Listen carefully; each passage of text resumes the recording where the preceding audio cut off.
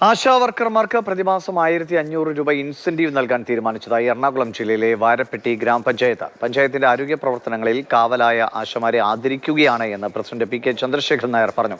കഴിഞ്ഞ ദിവസം പത്തനംതിട്ടയിലെ വെച്ചൂച്ചിറ പഞ്ചായത്ത് ആശാവർക്കർമാർക്ക് 2000 രൂപ ഇൻസെന്റീവും പ്രഖ്യാപിച്ചു.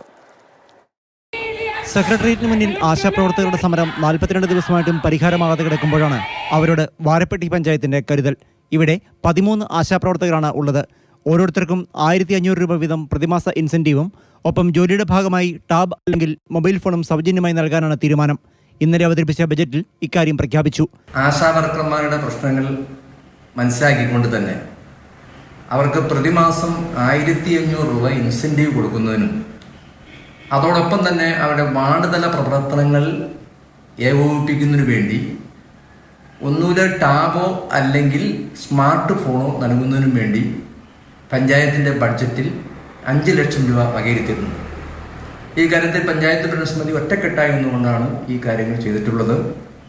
തീർച്ചയായും ഈ അവസരത്തിൽ അവർക്ക് ഏറെ ഗുണം ചെയ്യും എന്നാണ് പഞ്ചായത്ത് ഭരണസമിതിയുടെ വിശ്വാസം. UDF ആണ് വാരപ്പെട്ടി പഞ്ചായത്ത് ഭരിക്കുന്നത്. 5 ലക്ഷം രൂപയാണ് ആശാപ്രവർത്തകർക്കായി പഞ്ചായത്ത് സാമ്പത്തിക വർഷം മാറ്റിവെക്കുന്നത്.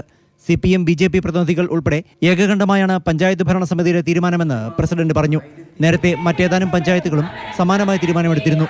ആശാസമരത്തെ സർക്കാർ അവഗണിക്കുന്നുവെന്ന ആക്ഷേപത്തിനിടെയാണ് ചില പഞ്ചായത്തുകൾ അവർക്ക് പിന്തുണയുമായി ആനുകൂല്യം വർദ്ധിപ്പിക്കുന്നത്. മാതൃഭൂമി ന്യൂസ്, കൊച്ചി.